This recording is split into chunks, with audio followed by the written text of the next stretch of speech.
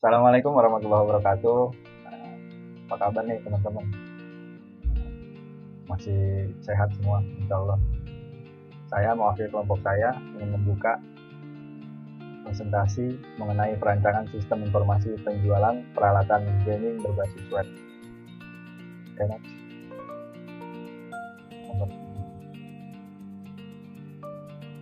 Dengan anggota yang pertama ada saudara kita Andika Nur Ambia, content creator. Kode akses nih, nggak usah lah ya, udah kelihatan.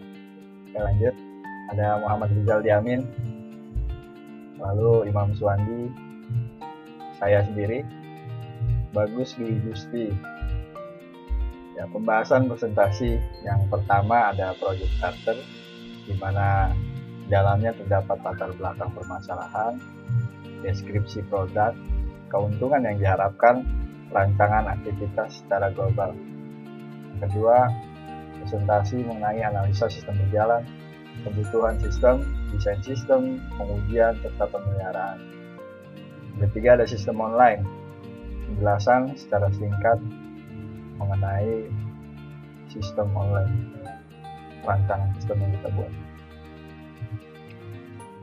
Oke, checklist ini. Latar belakang saat ini tentunya teman-teman semua tahu perkembangan teknologi dan informasi di Indonesia berjalan sangat cepat, sehingga komputer informasi menjadi kebutuhan kita sehari-hari.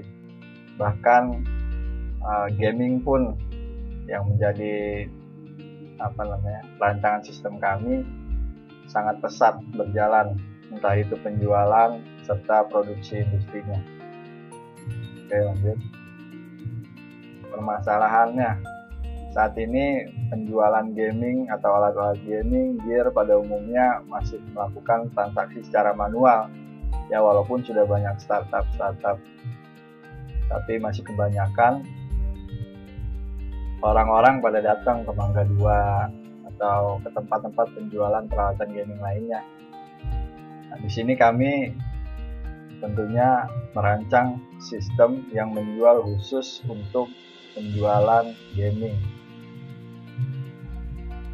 serta aksesorisnya. Oke, next. Ya, lanjut. Deskripsi produk, service, dan keuntungan. Produk adalah sistem yang ada dalam perancangan yang kita buat. Itu ada data gaming gear, data customer, transaksi pembelian, transaksi penjualan, dan laporan data pada umumnya. Service adalah stok dari spare part yang kita punya, lalu jumlah transaksi, info-info terupdate tentang gaming, serta gear baru, serta pembelian terakhir, juga penjualan terakhir. Keuntungan yang diharapkan dari sisi admin tentunya mempermudah penginputan data barang serta transaksi. Juga dari sisi customer, yaitu mempermudah pencarian barang dan info peralatan gaming. Kita lanjut. Analisa serta perancangan aktivitas secara global. Deskripsi aktivitas, jumlah hari, estimasi biaya. Analisa dan desain sistem sekitar 9 hari, estimasi biayanya 8 juta, dan ada 10 tahap hingga menghasilkan total yaitu 100 juta dengan jumlah hari 180 hari. Oke, lanjut. Project report yang akan dijelaskan oleh teman saya, Imam Suwandi. Terima kasih. Terima kasih Saudara Haris. Ini saya akan menjelaskan tentang project report. Oke, analisis sistem berjalan. Di sini ada activity diagram. Di sini ada pelanggan membuka website, lalu sistem memproses dan menampilkan menu utama, dan pelanggan memilih produk yang diinginkan. Sistem merespon, sistem menampilkan keranjang belanja yang telah dipilih, lalu pelanggan memilih pembayaran. Jika dia setuju, maka sistem akan menampilkan menu pembayaran. Jika tidak, maka dia akan kembali ke menu tampilan utama. Dan sekarang jika pelanggannya setuju, maka dia akan menampilkan menu pembayaran, lalu pelanggan akan mengisi kelengkapan form yang ada, seperti alamat, pembayaran menggunakan debit atau kartu kredit. Lalu jika selesai, maka sistem akan menampilkan pesan selamat pesanan telah diproses, silahkan cek email. Lalu analisa kebutuhan sistemnya, di sini ada 3, ada kebutuhan admin, kebutuhan pengunjung, dan kebutuhan pelanggan. Kebutuhan admin dapat masuk ke halaman web admin dengan misi username dan password. Admin dapat mengolah data produk dan gambar, admin dapat mengolah kategori produk, dapat melihat pesanan melalui invoice, admin dapat mencetak laporan dan mengunduh laporan berupa dokumen PDF. Di sini kebutuhan pengunjung hanya bisa melihat home, produk, add to chart, tambah ke keranjang, masuk ke halaman keranjang. Jika pengunjung ingin melakukan tahap checkout untuk melakukan pembelian, maka pengunjung harus melakukan registrasi pelanggan untuk mendaftar sebagai anggota. Di sini ada kebutuhan pelanggan. Pengunjung yang terdaftar menjadi pelanggan bisa melakukan login menggunakan username dan password pada halaman login. Pelanggan yang sudah login bisa masuk ke halaman dashboard pelanggan. Pada halaman dashboard, pelanggan dapat melihat keranjang belanja, riwayat belanja, profil, dan logout. Pelanggan dapat melihat produk-produk yang akan dibeli pada halaman produk dan belanja. Kemudian pelanggan dapat melanjutkan ke halaman keranjang dan melakukan update jumlah produk yang akan dibeli. Jika proses update jumlah produk selesai, pelanggan dapat melanjutkan proses checkout. Untuk melakukan konfirmasi pembayaran, dapat dilakukan oleh pelanggan pada halaman dashboard pelanggan. Untuk melakukan konfirmasi pelanggan, dapat memilih rekening bank yang tersedia. Sekian, slide selanjutnya akan dibacakan oleh Saudara Muhammad Wijadi Amin. Ya, jadi di sini di database kita ada pertama table user. Table user ini ada ID, tipenya integer. Ini dia sebagai primary key, kemudian ada nama, varchar panjang 50, username varchar panjang 50, password varchar juga 50, kemudian kita tambahkan role ID untuk tipenya tiny integer. Kemudian ada table barang. Untuk ID barang ini sebagai primary key, tipenya sama integer, kemudian ada nama barang, keterangan, kategori, harga, stok, dan gambar. Kemudian ada tabel pesanan. Di sini primary key-nya ada ID, tipenya integer, ada ID invoice, ID barang, nama barang, jumlah, harga, sama pilihan customer. Kemudian ada tabel invoice. Primary key-nya di sini ada ID sebagai tipenya integer, kemudian ada nama, tipenya varchar, ada alamat varchar, tanggal pesan, dan batas bayar. Nah, di sini IRD-nya kita dari 4 table ini, dari table user bisa membeli banyak barang. Kemudian banyak barang bisa jadi satu pesanan. Nah, dari satu pesanan ini dia jadi satu invoice. Gitu. Jadi user bisa beli banyak barang. Nah, dari banyak barang ini dijadikan satu pesanan. Nah, dari pesanan ini dijadikan satu nomor invoice, kemudian diproses. Nah, untuk struktur navigasi di halaman utama ini pelanggan bisa melihat produk, daftar, login, kemudian ada kotak pencarian juga. Nah, dari produk ini bisa memilih kategorinya seperti mouse, keyboard, laptop, dan lain-lain. Kemudian daftar ini untuk form login. Untuk masuk, setelah masuk ada halaman utama. Nah, di halaman utama ada kotak pencarian, ada profil, keranjang belanja yang telah dipilih, dan ada produk juga. Nah, dari produk kan bisa milih kategori.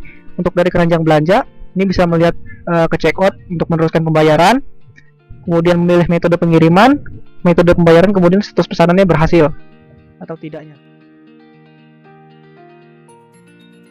Oke, sekarang kita masuk ke bagian pemeliharaan sistem. Oke, bakal saya jelasin kenapa kita butuh pemeliharaan sistem ya. Di slide selanjutnya ada apakah butuh pemeliharaan sistem? Itu butuh banget. Jadi misalkan kita bagi dia di 4, yang itu ada update konten, pengawasan keamanan, backup data, dan juga pengecekan hosting dan bandwidth. Saya mulai dari update konten. Kenapa sih butuh banget update konten? Update konten itu bisa juga kayak misalkan kita punya produk baru yang bisa untuk kita update lagi di produk yang ini yang baru bisa kita jual lagi, dan itu butuh yang namanya pemeliharaan. Di update konten dan maintenance produk yang Anda miliki ke dalam halaman website Anda secara berkala ketika ada konten atau produk baru yang ingin Anda tampilkan. Jadi kalau ada produk baru itu harus diulang lagi, kita harus butuh pemeliharaan juga. Dan kedua ada pengawasan keamanan. Pemilik website tidak akan pernah tahu kapan websitenya akan diserang atau baru mulai diintai untuk disusupi oleh pelaku kejahatan internet. Diperlukan pengawasan untuk menjaga website dari kejahatan tersebut. Nah, ini juga penting banget. Soalnya makin kesini juga banyak hacker-hacker yang iseng mungkin, apalagi kalau misalkan websitenya udah lumayan besar, ini bisa banget, ini penting banget pengawasan keamanan. Yang ketiga ada backup data. backup data atau mencadangkan data yang ada pada website. Hal ini bertujuan agar konten atau data-data yang ada tidak hilang ketika terjadi kesalahan atau error terhadap website yang disebabkan oleh virus, human error, serangan hacker, dan faktor lainnya. Ini jadi penting banget yang namanya backup data, mungkin setiap minggu, setiap bulan, itu penting banget. Lalu yang terakhir ada pengecekan hosting dan bandwidth. Kegiatan maintenance hosting dan bandwidth penggunaan pada website perlu dilakukan ketika produk dan konten yang tersimpan pada website sudah memiliki jumlah yang banyak. Jadi kecepatan orang mengakses website tersebut kalau misalkan bandwidth kita kecil atau hosting kita masih lama-lama, kan banyak juga nih orang yang mengakses website kita. Kalau kita nggak upgrade, ini pengunjung bakal mengalami yang namanya lag. Jadi kita harus terus mengecek hosting dan bandwidth dan juga mengupgrade-nya. Jadi itu sebagian dari pemahaman pemeliharaan sistem. Ya, segitu aja dari saya. Terima kasih. Perkenalkan, nama saya Andika Nuranbia. Di sini saya akan menampilkan web yang telah kami buat, dimulai dari form login. Di sini kami menggunakan role ID 1 untuk admin dan role ID 2 untuk customer. Nah, di sini customer sebelum login, customer dapat melakukan daftar akun terlebih dahulu. Kita klik. Nah, nama Anda kita tuliskan. Nama saya sendiri.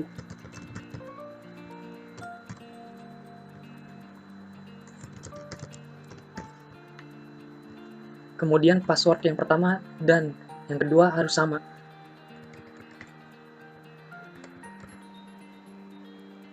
Nah, setelah berhasil daftar akun, kemudian kita akan masuk ke form login. Tinggal kita klik login. Dan akan masuk ke tampilan web utama. Berikut adalah web toko online kami. Untuk menu dashboard, ialah semua produk akan ditampilkan. Kalau kita klik laptop, yang tampil hanya produk laptop saja. Begitupun seterusnya. Ini keyboard.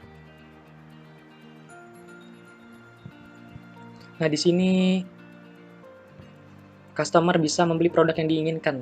Ya, contohnya kita klik tambahkan ke keranjang, lalu otomatis akan muncul produk yang kita beli tadi di keranjang belanja, satu item di sini. Nah, kita lihat. Kalau kita ingin menghapus keranjang, kita klik lagi. Maka akan kembali ke menu utama. Jika kita ingin melihat detail produk, kita klik di sini.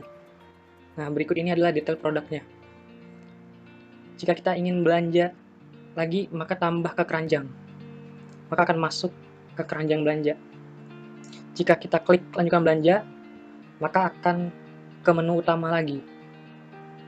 Nah, kita sekarang ingin melakukan pembayaran. Tambahkan ke keranjang. Jadi 2 items. Kita lanjut ke pembayaran. Nah, di sini kita akan menginput alamat pengiriman dan pembayaran.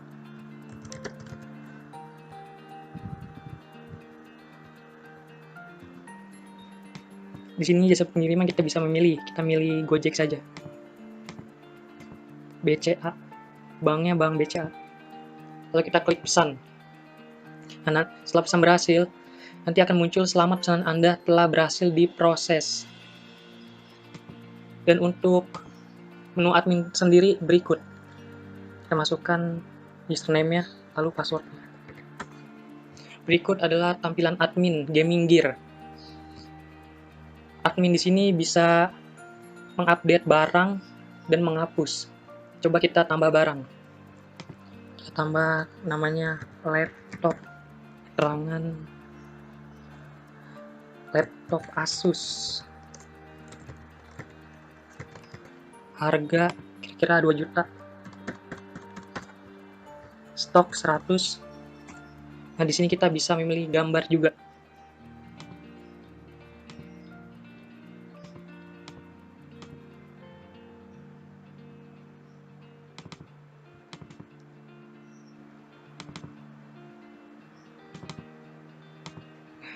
Klik sini.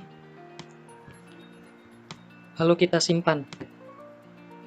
Dan kita cek di menu customer apakah data yang tadi sudah diinputkan bertambah. Masuk ke menu laptop, kita refresh. Nah, ini data yang tadi admin inputkan telah masuk di halaman customer. Nah, di sini juga admin bisa mengedit barang. Nah, yang ini kita edit menjadi laptop Lenovo. Kita klik simpan. Kita kembali ke menu halaman customer. Apakah Reddit? Nah, ini Reddit laptop Lenovo. Di sini juga admin bisa menghapus barang. Coba kita hapus. Kita refresh di halaman customer. Data yang tadi sudah terhapus. Nah, setelah customer melakukan pesanan, itu akan masuk di halaman admin invoice. Nah, berikut ini adalah daftar pesanan customer yang tadi baru kita buat. Ada ID invoice, nama pemesan, alamat pengiriman, tanggal pemesanan, batas pembayaran. Di sini kita juga bisa melihat detailnya. Nah, berikut adalah detail pesanannya. Pengujian pada form login. Yang pertama, mengetikkan username dan password tidak diisi, kemudian klik tombol masuk. Test case-nya username dengan nama kelompokku. Passwordnya kosong. Hasil yang diharapkan sistem akan menolak, lalu muncul pesan password wajib diisi. Mari kita coba. Nah, di sini muncul password wajib diisi. Hasil pengujian sesuai dengan harapan, kesimpulan valid. Yang kedua, mengetikkan username tidak diisi dan password diisi, kemudian klik tombol masuk. Username-nya kita kosongkan, lalu untuk password kita isi. Hasil yang diharapkan, sistem akan menolak, lalu muncul pesan username wajib diisi. Kita coba. Nah, berikut muncul peringatan username wajib diisi. Hasil pengujian sesuai dengan harapan, kesimpulan valid. Yang ketiga, mengetikkan username dengan benar dan mengisi password salah, kemudian klik tombol masuk. Mengetikkan username dengan benar lalu password salah. Hasil yang diharapkan, sistem akan menolak, lalu muncul pesan username atau password Anda salah. Mari kita coba. Nah, berikut adalah muncul pesan username atau password Anda salah. Hasil pengujian sesuai dengan harapan, kesimpulan valid. Yang keempat, mengetikkan username dan password dengan data yang benar, kemudian klik tombol masuk. Mari kita coba.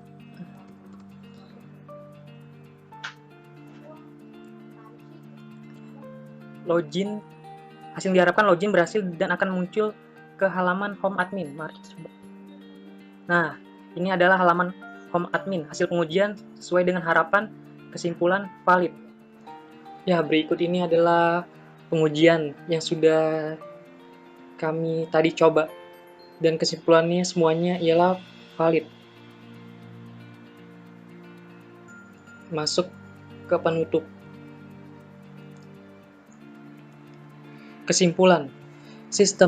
Yang pertama, sistem penerapan e-commerce untuk penjualan ini dapat berjalan sesuai dengan tujuannya, yaitu membantu penjual dalam era digital. Yang kedua, membantu para pengusaha dalam meningkatkan brand toko miliknya agar dapat dikenal lagi di kalangan masyarakat. Yang ketiga, memberikan kemudahan bagi pembeli dalam memilih dan juga bertransaksi dalam pembelian peralatan gaming. Sarannya,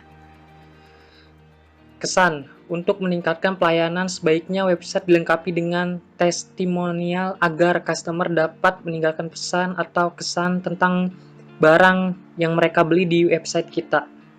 Maintenance, pengelola harus selalu melakukan update terhadap konten website. Kemudian promosi, dengan membuat akun sosial media untuk toko gaming gear sebagai alat sosialisasi bahwa kini transaksi pembelian di toko sudah bisa secara online dan sebagai media promosi toko itu sendiri. Demikian presentasi dari kelompok kami. Kurang lebihnya kami mohon maaf. Wassalamualaikum warahmatullahi wabarakatuh.